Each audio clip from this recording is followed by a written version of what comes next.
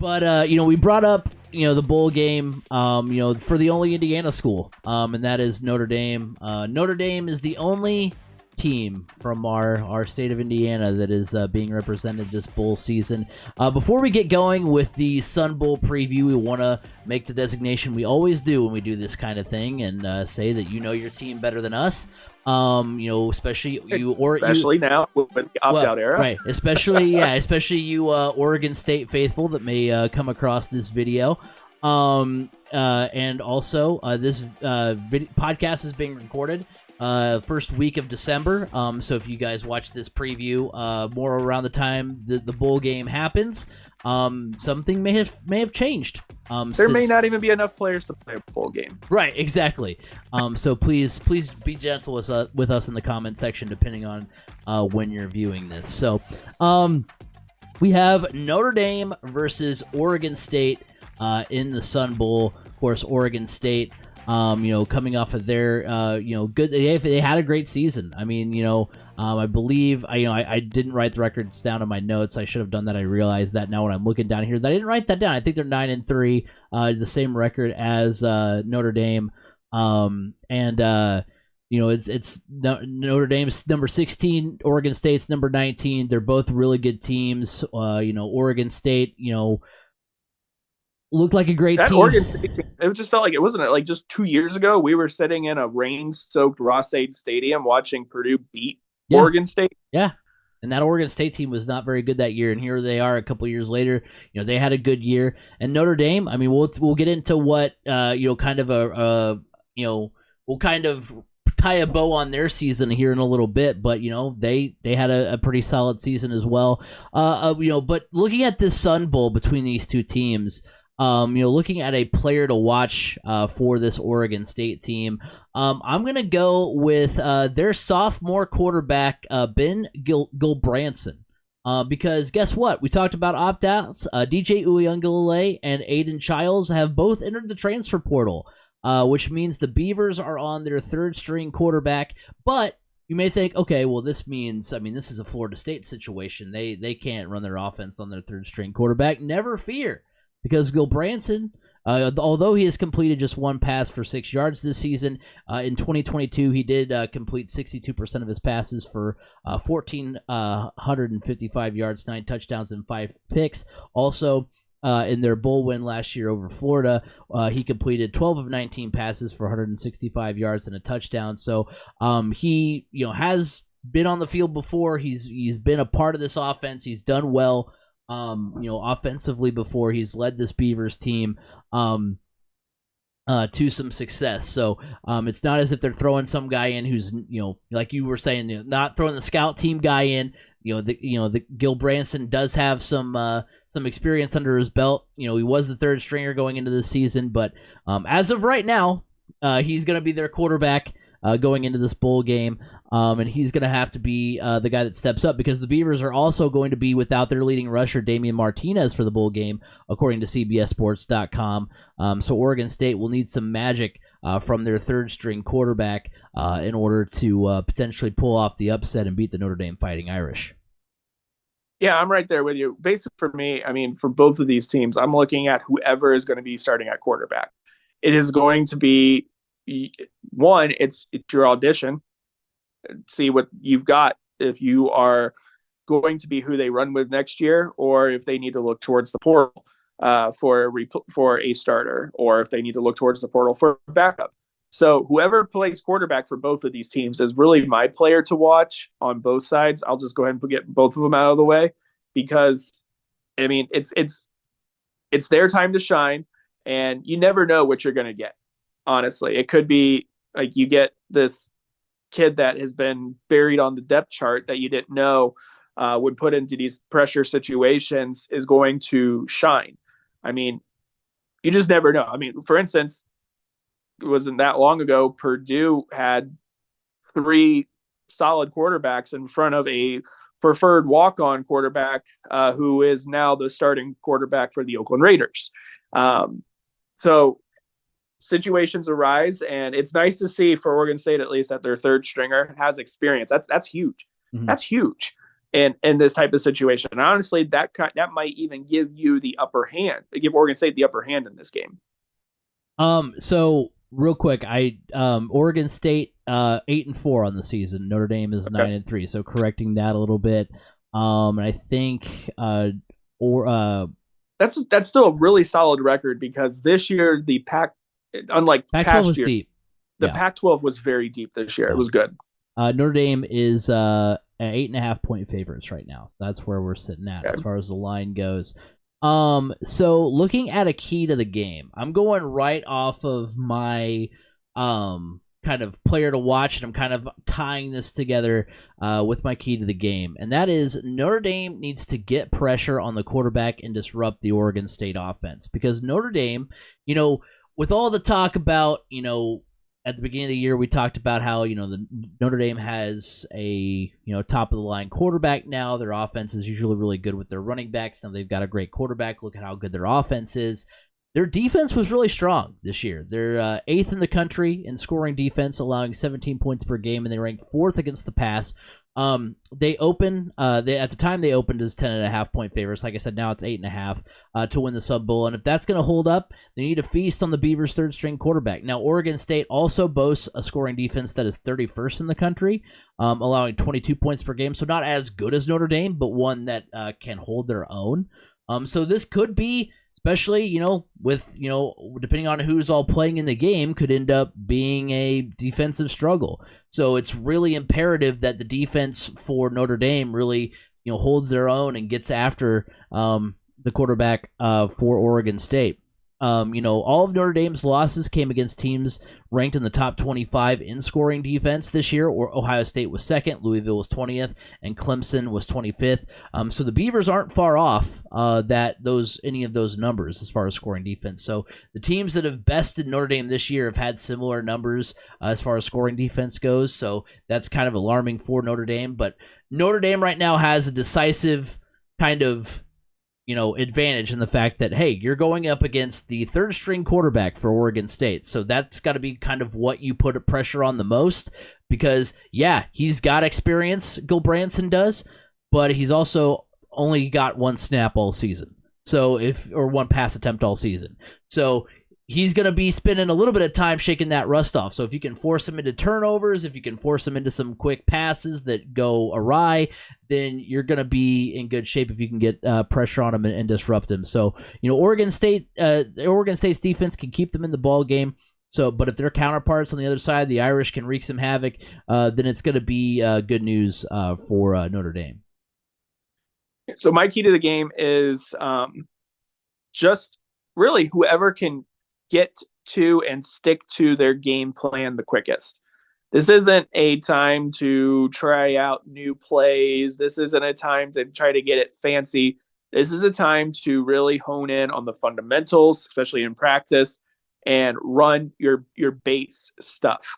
Whether that means whoever can gain the dominance on the ground the quickest is the one who would be leaning towards victory, or whether it's the one who is the most secure with the ball, and not whether it's be throwing interceptions or fumbling it. This is the time just to play smart and get to your game plan the quickest. And that's my key to this game. Both of these coaches, this Oregon State coaching staff or whatever right now, just get out of there. If you come away with a victory, that's great. If you don't, get out of there healthy and let your fan base know that the future can still be bright for you. Now we come to our prediction. Now, hey, look, if Oregon State was at their full, like I said, if they were at their full, allotment of players, I would 100% probably have picked the upset here and said Oregon State wins the game, just because of, they've been a sneaky good team, and they nearly beat Washington. They didn't look great against Oregon. That wasn't a great showing by them, but they've been strong all year. We talked about Oregon State's defense in comparison to the defenses that have beaten the Irish this season, but what I failed to mention is that Ohio State, Louisville, and Clemson all ranked in the top 40 in pass defense, while Oregon ranks 80th. The Irish have a clear advantage at quarterback, and the reports that I've heard as of December 6th, 2023. The reports that I've heard is that Marcus Freeman expects Sam Hartman to play. And Wow. If he does, I think he'll have a great game. So that's the reports that I've seen. I did a lot of Googling and a lot of digging. So if anyone down in the comment section wants to be like, you guys don't do your research, I did my research. And so as of right now, I did a lot of digging because you never know. Like that's what's tough about doing these previews for the bowl games is because it's like, man, is this guy? Because like even picking a player to the game, I was like, ooh, because I was gonna say maybe was I saw Uyunglele and the quarterbacks had opted out. I was like, okay, the running back for Oregon State who had rushed for 1,000 yards, and then I was like, oh, he got arrested. Okay, and he's not gonna play for the bowl game. All right. Let's move on to that. So I was like going through. I'm like, okay, all these players aren't playing in the game, so you have to really kind of do some digging there and try to make sure.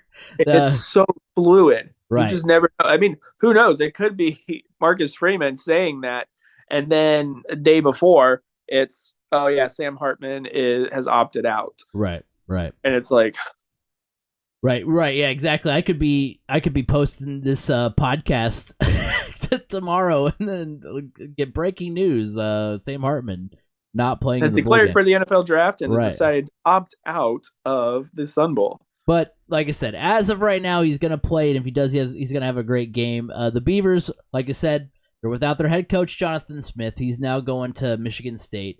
They're without their first and second string quarterback. They're without their leading rusher. So I think it's going to be a double-digit win for Notre Dame. I think they cover the spread. They're going to win by at least 10 points in this game. Notre Dame gets to 10 wins on the season. They win the Sun Bowl over Oregon State. Yeah, I'm going with Notre Dame as well, with or without Sam Hartman. I just think having the continuity of your coaching staff is what puts them over the edge here. Look, I hate to say it, Oregon State is just not in a good spot right now. Left essentially without a conference. I mean, everybody's jumping ship because of that.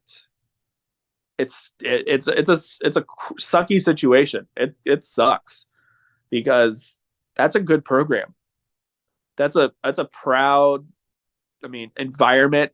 It going into Corvallis is not easy whatsoever. I mean, you've seen some great football games come from there. So, but unfortunately, because of the situation they're in, that's why you're seeing the abandoning of ship. And that puts Notre Dame in a much better situation in this game. Yeah. This could have been like one of the premier non-New Year's Six or playoff matchups. I mean, you got two top 20 teams. I mean, yeah. It's and thinking about Oregon, it's funny, I completely forgot about, I was looking at some of the previews and they're like, these teams have played twice. Once was in the Fiesta Bowl. I was like, I literally remember, I think my college football first core memory was Oregon State Notre Dame Fiesta Bowl when Oregon State won 41-9 back in I think it was 2001 or something like that. So or something like that. It was one of those sure wasn't one Jacquez Rogers? No, that was more 07 or 08. That was more recent than that. That could have been more Steven Jackson time. Oh wow. That might have been more up that road. I think Steven Jackson played for Oregon State, didn't he? I think. But regardless, yeah. But yeah, so yeah, we both have Notre Dame. I think they win this bowl game. They win the Sun Bowl. Now to kind of tie a bow on their season, we do this, in some, other instances as far as one word to describe the 2023 Notre Dame Fighting Irish, and how does the result of their bowl game impact the perception of their season for you? My one word to describe the Notre Dame season is just shrug, but it's not necessarily a bad shrug, and I'm going to tell you why. In our preview, we talked about how this team had an outside shot at the playoff, and you thought maybe after the first few weeks, especially how well they played against Ohio State, albeit a loss, you thought, hey, maybe they played a team that we thought going into the season had a real good shot at making the playoff. They played them really tough. Maybe they've got a chance to get in. I mean, now granted, after that loss, they had to win out the rest of the way, and it was going to be tough to do that against teams like USC and Clemson. But hey, maybe they've got a chance. Now, there were some weeks where they looked spectacular, like the USC win. They would go out there and they blow the doors off of USC. But then there were games like the Louisville game and the Clemson loss where they leave you frustrated, I think, if you're a Notre Dame fan, because you're thinking, man, Clemson was down this year. We should have beat them. Louisville was a team we, at the very least, should not have lost by, as much as we did. But at the end of the day, they end up at 9 wins on the season, which is about where we thought they would be. So, it's not like they disappointed in any regard, but they just didn't go as high as we thought they could go. And a win over Oregon State will give Notre Dame 10 wins in Marcus Freeman's second season. That's a year faster than Brian Kelly was able to get Notre Dame to 10 wins. It would make Freeman 19-7. Kelly was 16-10 through his first 2 seasons. So I feel like, especially after the way the first season for Marcus Freeman started, with the loss to Marshall, especially the 0-2 start, that now granted they were a little unwarranted, but some of the panic bells might have been going off. But you kind of back away from it and you look at the actual kind of numbers, and you're like, okay, he's actually he's got the wins are there and all that kind of stuff. Now granted, it's his recruits haven't really come to the forefront. You need at least a few seasons for that to really start to show, but at least the wins are there. He's getting this team to the amount of he's getting the team to the record that you think they should be at. So the winning the Sun Bowl doesn't really impact how I feel about the season. So yeah, I say shrug, but I don't really mean in a bad way. I just mean like, it could have been better, but it wasn't really too bad. It was just kind of like, okay, could have been better. There were some definite games that you wish you could have had it go the other way, but at the end of the day, it didn't go any worse or better than we thought it would go. I was gonna go with meh. Nice. There. That's nice. Why I laughed and you said shrug. But honestly, I almost kind of look at the season as a disappointment. If I'm a Notre Dame fan, it's kind of a disappointment. We had Ohio State beat, but we didn't have enough players on the field. Yeah. On the last few plays, we shot ourselves in the foot there. You're right. We shouldn't have lost to Louisville. Clemson was down. You saw what the potential was with how well they played against Ohio State, and then what they did. And now here your season, you had a quarterback finally. You had a legitimate quarterback in Sam Hartman. This was the missing piece, maybe not to get you to the playoff, but to get you into the New Year's Six Bowls, that conversation. And now here you are sitting at 9-3. That's not a bad record. That's a respectable record. But you're going to be playing now in the Sun Bowl against a team that everybody is abandoning ship on. That's a disappointment.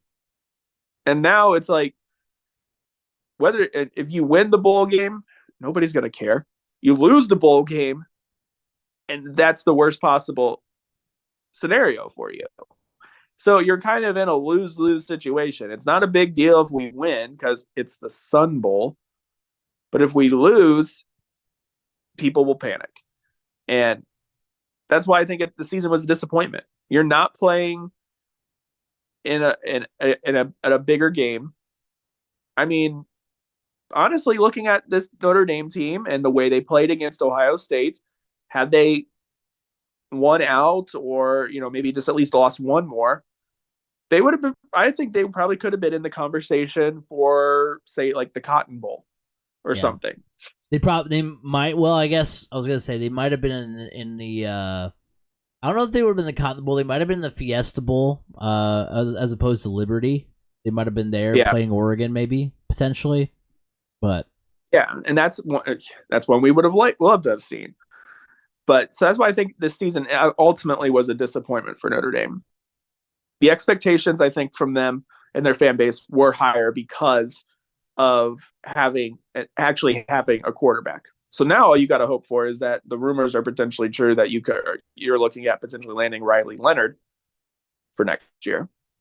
Yeah, because what he was able to do at Duke this year was pretty incredible. So hopefully that pans out and you're able to get him for next season.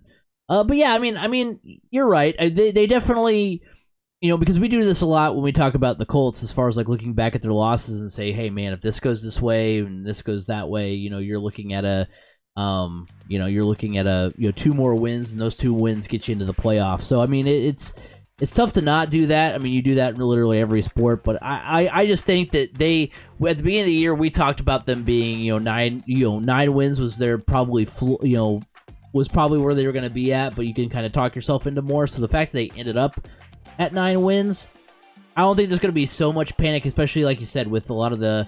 I mean, I guess theoretically there might be a little bit of panic, especially with all the opting out and everything and transfers and all that stuff. If you lose to the 3rd string quarterback, I think there'll be like a little bit of outrage for a little bit, but I don't think it'll be a little disappointing. But especially if they land Riley Leonard and do all that stuff, I think all of that will be forgotten come 2024.